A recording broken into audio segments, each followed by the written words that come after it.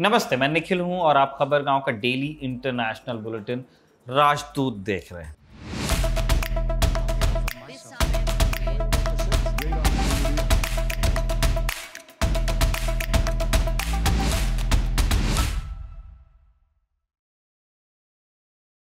बीते दिनों एक सस्ती मैगजीन में पढ़ा कि मियां बीवी का झगड़ा बस शुरू हो सकता है, वो कभी खत्म नहीं हो सकता। 2 दिन, 2 हफ्ते या 2 महीने या फिर 2 साल बाद वो फिर पुरानी बात पर झगड़ते हैं और ऐसे ही चलता रहता है। ना अलग होते हैं, न झगड़े बंद होते हैं। डोनाल्ड ट्रंप और मस्क के बीच जो हो रहा है उससे हमें उसी सस्ती मैगजीन की वो घटिया कहानी याद आई। ट्रंप की जीत के लिए मोटा पैसा खर्च करने वाले मस्क को लगने लगा था कि वो व्हाइट हाउस में अगर 4 पिक्चर्स खिंचवा लेंगे, प्रधानमंत्रियों से मिलने अपने बच्चे लेकर पहुंच जाएंगे, 1-2 इंटरव्यू में ट्रंप के साथ बैठ जाएंगे तो उन्हें रियासत अमेरिका का वजीर बना दिया जाएगा। लेकिन जब मस्क ने ट्रंप के बिल के खिलाफ सोशल मीडिया पर चोंच ही खोली तो उनको माफी मांगनी पड़ी, लिखना पड़ा अपनी वेबसाइट एक्स पर कि आउट ऑफ लाइन चला गया था। पिछले मैच में ट्रंप ने मस्क को बता दिया था कि उन्हें खेल का हिस्सा अगर बनना है तो वाह के अलावा कुछ करने का स्कोप उनके पास में नहीं है। तो इस बार मस्क ने सीधे तो ट्रंप को नहीं घसीटा, लेकिन यह जरूर कहा कि जो लोग या जो सांसद बिग ब्यूटीफुल बिल के पक्ष में वोट करेंगे उन्हें अगले साल चुनाव में हरवा दूंगा। इस बार ट्रंप ने सोशल मीडिया पर बात को खींचा नहीं, ट्वीट, ट्रुथ सोशल ये सब नहीं चला। साफ शब्दों में मस्क को उनकी जगह बताई कि तुम्हें जो सब्सिडी देता हूं बंद कर दूंगा तो बोरिया बिस्तर समेटकर साउथ अफ्रीका जाना पड़ेगा जहां से आए हो। जो डोज कुत्ता मस्क ने बीते दिनों पूरे अमेरिका की ब्यूरोक्रेसी पर छोड़ दिया था, उसे ट्रंप मस्क के पीछे खड़ा करके छू कहने की बात कर रहे हैं। आखिर ऐसा है क्या बिग ब्यूटीफुल बिल में कि 2 प्रेमियों के बीच भरे बाजार तकरार हो रही है और मस्क को मायके भेजने की बात चलने लगी है। साल 2018 में ट्रंप ने पहली बार बिग ब्यूटीफुल बिल इस शब्द का, इस फ्रेज का इस्तेमाल किया था।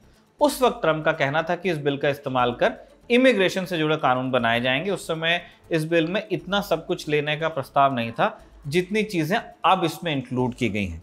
कोरोना आया तो हेल्थ सेक्टर और अर्थव्यवस्था पर असर पड़ा, तब ट्रंप ने इस नाम का फिर जिक्र किया।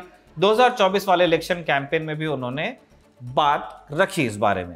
ये सारी बातें बताती हैं कि ये बिल ट्रंप के कितना करीब है, वो बहुत पैशनेट है इसे लेकर। जनवरी 2025 में ट्रंप दूसरी बार राष्ट्रपति बने। फरवरी महीने में इस बिल की ड्राफ्टिंग शुरू हुई और जब ड्राफ्ट आया तो वो बहुत ही विस्तृत था, बड़ा था। बिग ब्यूटीफुल बिल कोई एक कानून नहीं है किसी एक सेक्टर से जुड़ा। इसके तहत ढेर सारे ऐसे बदलाव किए जाएंगे जिनका ताल्लुक इमिग्रेशन, टैक्सेशन और सोशल वेलफेयर से है यूएस में। इन मुद्दों पर जैसी ट्रंप की राय है या उनके समर्थकों की पॉलिटिक्स है, वैसी ही बातें आपको इस बिल में लिखी मिलेंगी। इनके बारे में हम राजदूत में पहले भी आपको बता चुके हैं। एक नई बात ये बता देते हैं कि अमेरिकन प्रेस में इस बात का जिक्र है जगह जगह कि ड्राफ्ट इतना बड़ा है कि पक्ष में वोट करने वाले रिपब्लिकन्स भी उसे पूरी तरह से नहीं पढ़ पाए, ना ही सब लोग अग्री भी कर रहे हैं। खैर, कागज का ये पोथा एक बिल की शक्ल में अमेरिका की संसद यानी कांग्रेस तो पहुंच ही गया। आप जानते हैं कि कांग्रेस के 2 हिस्से हैं वहां पे, हाउस ऑफ रिप्रेजेंटेटिव और सेनेट। सेनेट अपर हाउस है जैसे इंडिया में राज्यसभा है, house of representatives lower house है जैसे हमारे यहाँ लोकसभा है। तो पहले इसी हाउस में गया। दोनों सदनों में ट्रंप की रिपब्लिकन पार्टी का ही बहुमत है। हाउस ऑफ रिप्रेजेंटेटिव्स में रिपब्लिकन्स के पास 220 सीटें हैं और 212 सीटें हैं डेमोक्रेट्स के पास। वहीं सेनेट में 53 सीटें रिपब्लिकन्स के पास हैं, 45 डेमोक्रेट्स के पास। दोनों सदनों से बिल पास होने के बाद राष्ट्रपति के पास जाएगा, उनके दस्तखत होंगे, कानून बन जाएगा। 20 जून को यह बिल हाउस ऑफ रिप्रेजेंटेटिव्स में पेश किया गया, जिसे वहां सिर्फ हाउस कह देते हैं, और 22 को पास भी हो गया। अब इसे सेनेट में पेश किया गया है। यहां पर एक दिक्कत आ गई है कि इस बिल में कई तरह के अमेंडमेंट्स हैं, कई बदलाव हैं। जब बिल के ड्राफ्ट में बदलाव होता है फिर से वोटिंग होती है। यहां भी ट्रंप की रिपब्लिकन पार्टी का बहुमत है, लेकिन कुछ एक रिपब्लिकन सांसद इस बिल का विरोध भी कर रहे हैं। इनमें सेनेटर रॉन जॉनसन, टॉम टिल्स जैसे नेता शामिल हैं। सेनेट के पास 4 जुलाई तक का समय है इस बिल को पास करने के लिए। इतना ही क्यों? क्योंकि ये डोनाल्ड ट्रंप की डेडलाइन है। 4 जुलाई आप जानते हैं अमेरिका का 15 अगस्त होता है, यानी स्वतंत्रता दिवस जैसे इंडिया में होता है। जनता दिन में बारबेक्यू करती है, रात को आतिशबाजी के मजे लेती है। तो ट्रंप इसी की टाइमिंग को मैच करना चाहते हैं अपने बिग ब्यूटीफुल बिल के साथ। ऐसा हो भी सकता है, जानकार कह रहे हैं कि 4 जुलाई तक ये बिल आसानी से पास हो सकता है। क्या कहता है ये बिल, आपको 5 पॉइंट्स में फिर से समझा देते हैं। नंबर 1, टैक्स कट्स और नए टैक्स बेनिफिट्स। इस बिल में प्रस्ताव है कि इनकम टैक्स और प्रॉपर्टी पर लगाए गए टैक्स में कमी की जाएगी। दूसरा बड़ा बिंदु है कि ओवर टाइम या टिप में मिले पैसों पर कोई टैक्स नहीं लगाया जाएगा। तीसरा बिंदु है इलीगल इमिग्रेशन को रोकने के लिए इस बिल में एक्स्ट्रा फंड जुटाया जाएगा। इसका इस्तेमाल कर आर्मी और पुलिस को स्ट्रेंथन किया जाएगा ताकि बॉर्डर को और सुरक्षित बनाया जाए। चौथा बड़ा बिंदु है सरकार के कामकाज में खर्च होने वाले पैसे में कटौती की जाएगी, जो डोज कुत्ते का काम था। पांचवा बिंदु क्या है? डेट सीलिंग की सीमा बढ़ाई जाए। डेट सीलिंग ये तय करती है कि अमेरिका की सरकार कितना कर्जा ले सकती है ताकि वो अपना काम चला सके, लोगों को सैलरी दे सके, आर्मी को हथियार के लिए पैसा दे सके, यूनिवर्सिटीज पे खर्च कर सके। अब ये बिल कहता है कि सरकार के कर्जा लेने की सीमा को बढ़ाना चाहिए। ये सीमा हर साल बढ़ाई जा रही है और इसी पर जो कट्टरपंथी रिपब्लिकन्स हैं, रूढ़िवादी, उनको दिक्कत है। एलन मस्क को किस बात से दिक्कत है आपको बता देते हैं 4 पॉइंट्स में। एक्चुअल जो वो बोलते हैं वो, और जो वो नहीं बोलते हैं, दोनों बता देते हैं। पहली दिक्कत तो यही है कि अमेरिका की सरकार कर्ज लेने की सीमा बढ़ाना चाहती है।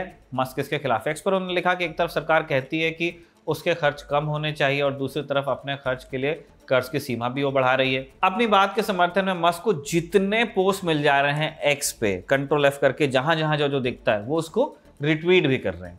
दूसरी और ज्यादा बड़ी दिक्कत है इस बिल के अंदर कि इलेक्ट्रिक गाड़ियां खरीदने पर मिलने वाली सब्सिडी खत्म की जा रही है। मस्क को सबसे ज्यादा एक्चुअल दिक्कत इसी से है। बार बार उन्होंने अपने जो पब्लिक अपीयरेंस में है उसमें कहा है कि मैं तो जानता था पहले के ज़माने से कि जब ट्रंप आएंगे इलेक्ट्रिक व्हीकल्स पे सब्सिडी जाएगी, मैं इसके खिलाफ नहीं हूं। लेकिन ये एक बहुत बड़ा कारण है। जो बिल में कदम उठाए गए हैं उससे क्लीन एनर्जी और जो फ्यूचर इंडस्ट्रीज हैं उनका नुकसान हो सकता है, जैसी कंपनी टेस्ला है, जैसी कंपनी स्पेसएक्स है। मस्क इस बिल के खिलाफ लॉबिंग कर रहे हैं।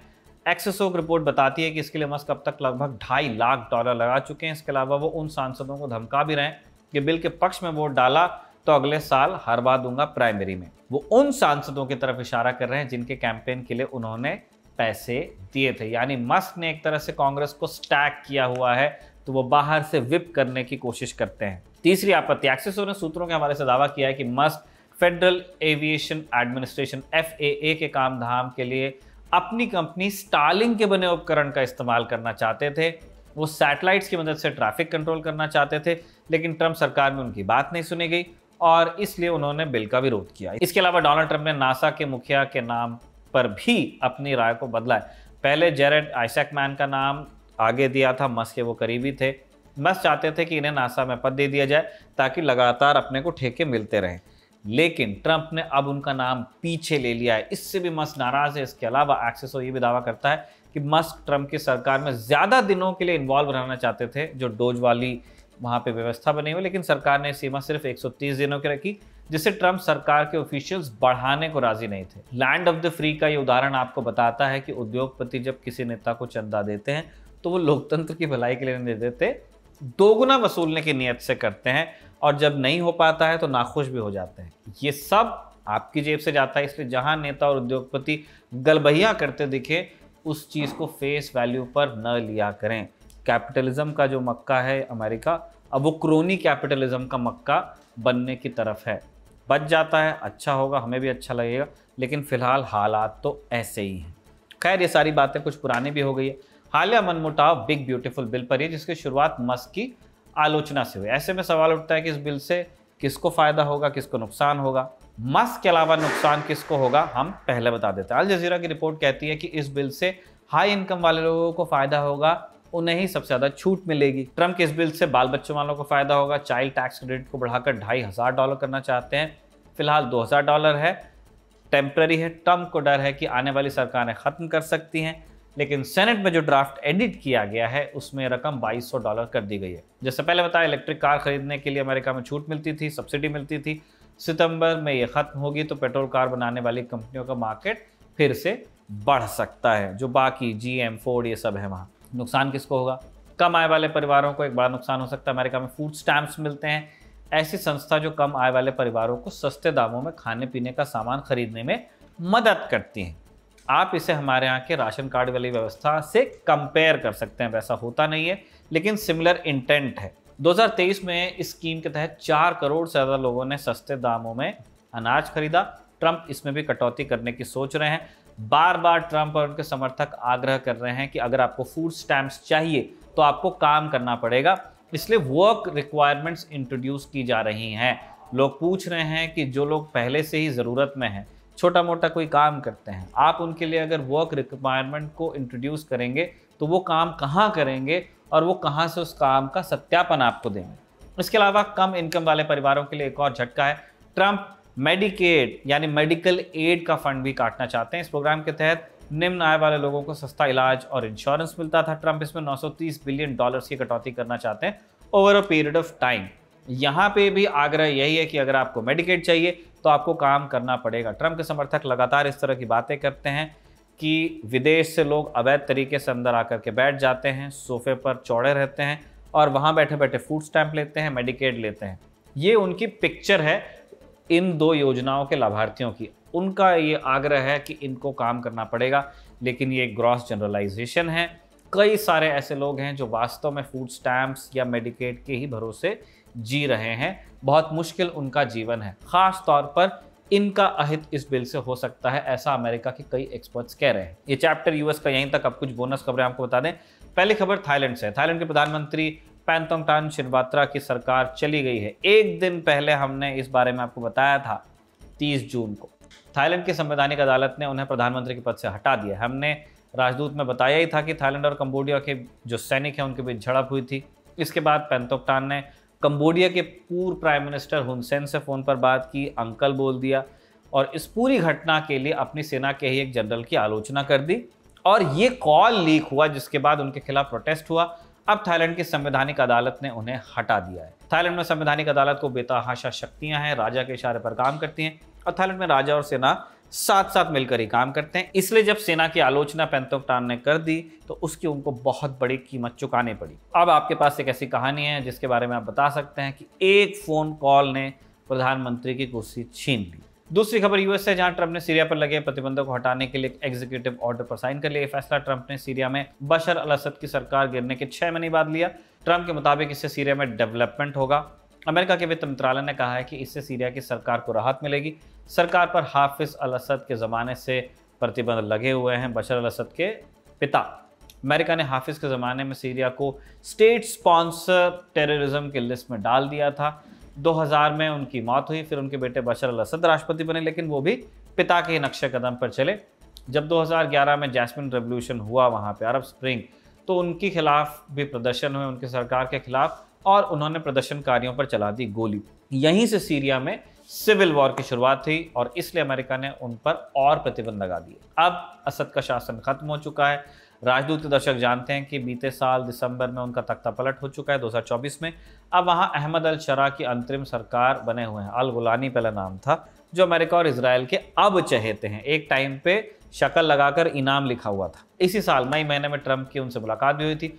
अब ट्रंप ने सीरिया पर लगे प्रतिबंध हटा दिए हैं। अगली और आखिरी खबर बलूचिस्तान से, जहाँ मस्तंग जिले में तहसील ऑफिस पर अज्ञात हमलावरों ने हमला कर दिया। एक शख्स की मौत हो गई, इसके अलावा 8 लोग घायल हो गए। इसके बाद सुरक्षा बलों ने तुरंत कार्रवाई शुरू की। मरने वाला एक शख्स एक राहगीर था, आम नागरिक, जो क्रॉस फायर में फंस गया।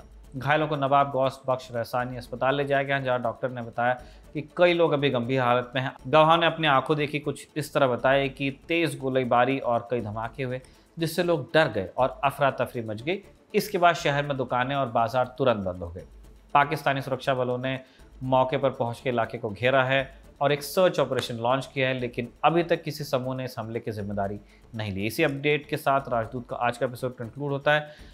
इसे आनंद ने रिकॉर्ड किया है और साजिद ने लिखा है। आप देखते रहिए खबर।